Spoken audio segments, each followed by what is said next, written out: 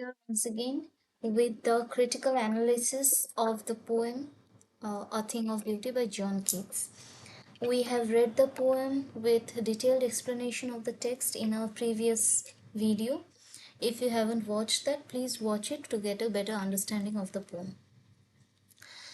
Now we have come to know that Keats was a poet of nature, and he belonged to the Romantic age, British Romantic age. And this particular poem, is an excerpt of his epic Endymion.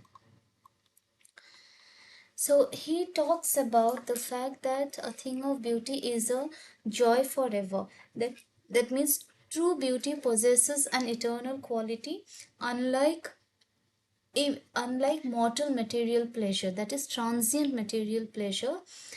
The true beauty never fades. Okay, we have discussed this. So the charm and grace of a beautiful thing always keeps on increasing. The memory and impact of beauty actually grows stronger over time.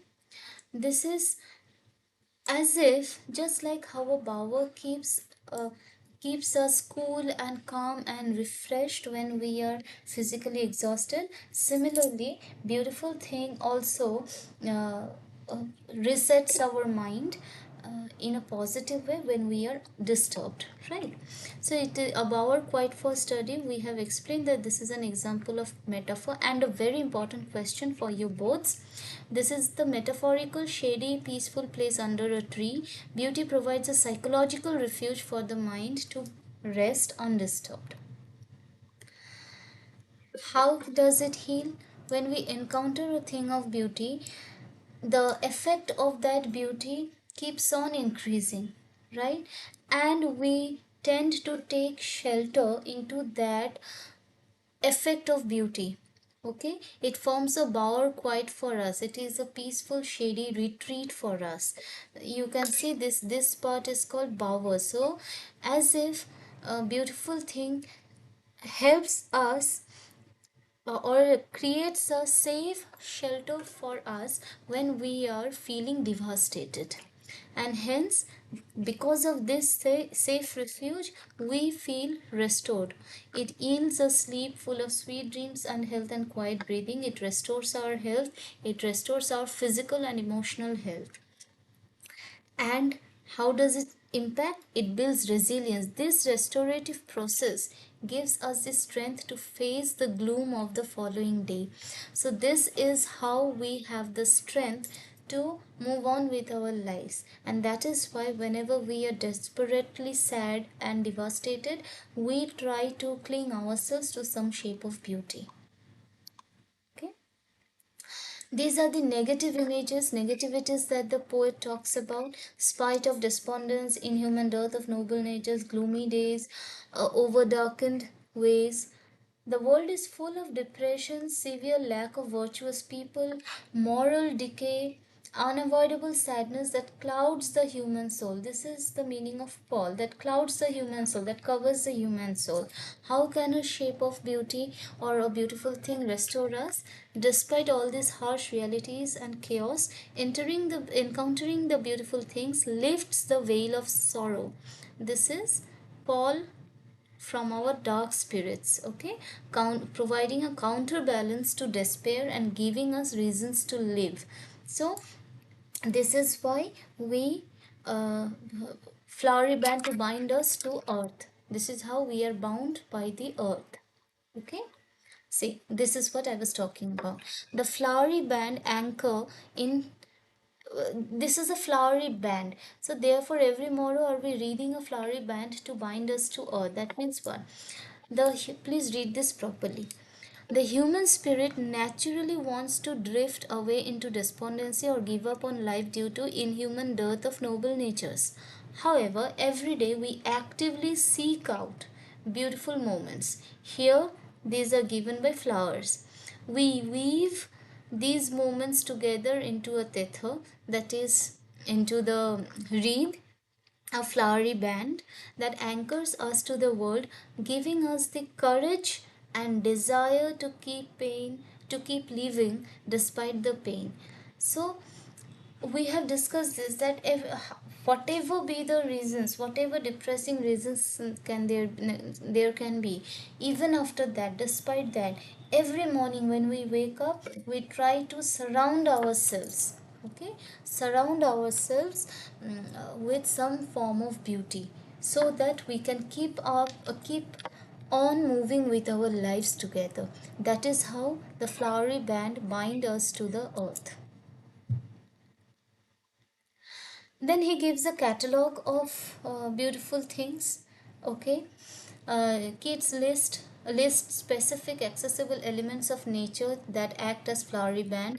So the canopy means the shade, the bower. Okay, the trees old and young that provide a helpful cooling blessing of shade for simple creatures like sheep. Daffodils are there, you can see the daffodils, okay, bright yellow flowers that break the monotony of green fields, offering visual joy. The mid forest break, these are the fern leaves, okay, these are the mid forest break, replete with replete with musk roses. You can see the musk roses, okay, and the ferns on one hand do not have any fragrance, whereas the musk roses are full of fragrance. So this is the olfactory sense triggered while reading these lines, okay. And the most important line among the entire in the entire list is the clear stream, the clear reels that for themselves a cooling covert make. So you can see it in the picture. This is the reel, that is the stream, and these are these cooling covered, okay. They have created, it has created a cooling shelter, refreshing shelters to prevent itself against the hot season. Now the poet says that beauty is not limited to trees and flowers only, it also exists in the realm of human creativity, history and imagination. How? The poet says the heroes, okay, he refers to the heroes as the mighty dead, and they have got their deaths as grand. The majestic, heroic deaths and sacrifices of powerful warriors and great historical figures. Their legacy is a lasting impression. Very important line. What have we read about those heroes? We have read all kinds of literature, all the lovely tales that we have read or heard or read, stories, myth and literature that serve as vessels of beauty, teaching us ideal values and uplifting the human spirit across generations. So the legendary stories of their sacrifices, their deaths, their struggle, their a way of serving the humanity, those stories have been a source of eternal inspiration for us. Hence, an endless fountain of immortal drink pouring unto us from the heavens brink. Beauty originates from a divine immortal source, that is God, the universe. It is a gift. How is it poured onto us? These nectar, immortal drink or elixir or amrit in Hindi, takes the physical form of nature, art and heroic tales. Very important line. These things, the the legendary stories, the elements of nature, and the art, all these beautiful things are nothing but the medium of that source of inspiration that is being poured onto us from the heaven, okay. And who is the receiver? The human beings. The fountain pours endlessly over humanity, washing away the pall of darkness, nourishing the soul, providing eternal spiritual hydration. So, as if this is the heaven, from the heaven, the nectar is being poured. Okay, from the heaven means why heaven? Because it is the source. Okay, it is the divine source. In the last few lines, the legendary figures have died, they are living in heaven now, and from heaven they are pouring their inspiration onto us. What are they pouring? they're pouring their inspiration in the form of beautiful things like art, tales, that is stories, elements of nature, etc. And how are we receiving it? We are receiving it, and after receiving them, these are inspiring us, and these provide us eternal rejuvenation again and again to help us live our lives in a better way. Okay, these are the poetic devices. You can pause the video and note them down. We have discussed the metaphors, we have discussed the symbolism, how flowery band to bind us to earth illustrates that we are always surrounded by some kind of beauty whenever we feel sad, so that we keep our lives moving. Imagery is the vivid description, trees old and young, the streams, the forest, the garden imageries, etc. Alliteration, simple shape, cooling covered. In cooling covered we also have what? We also have personification. Okay, anaphora, repetition of the same word at the start of the lines.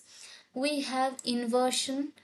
Are we reading a flowery band to bind us to the earth? We also have inversion, clear reels that for themselves, a cooling covered make, etc. Okay, what is the rhyme scheme? A A B B C C, etc. A A B B C. Rhyme scheme. This consistent, predictable pattern gives the poem a smooth, flowing, and harmonious rhythm. A A, ever, never, forever, never, keep, sleep, health. Keep, sleep, breathing. Okay. A A B B C.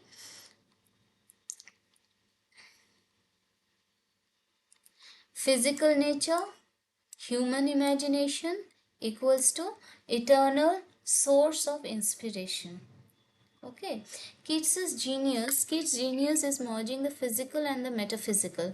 Beauty is not just what we passively see in the woods, it is also what we actively imagine and remember through art and history. By combining the natural world with human legacy, beauty transcends temporary pleasure and becomes immortal life-saving force. All right, I hope it is clear to you. I'll just show you another set of images so that you can correlate with the words and its meanings. All right, you can see it here.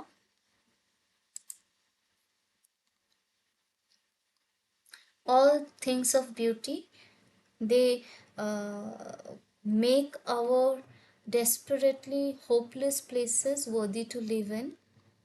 Okay, just like how a bower gives cooling shade for us, similarly a thing of beauty also has the power to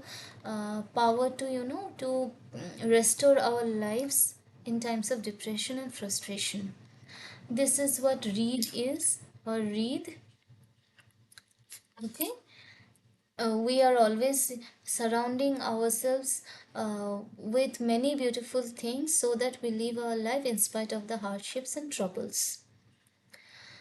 In case of these are the negativities, various disappointments that make us disappointed, dejected in life.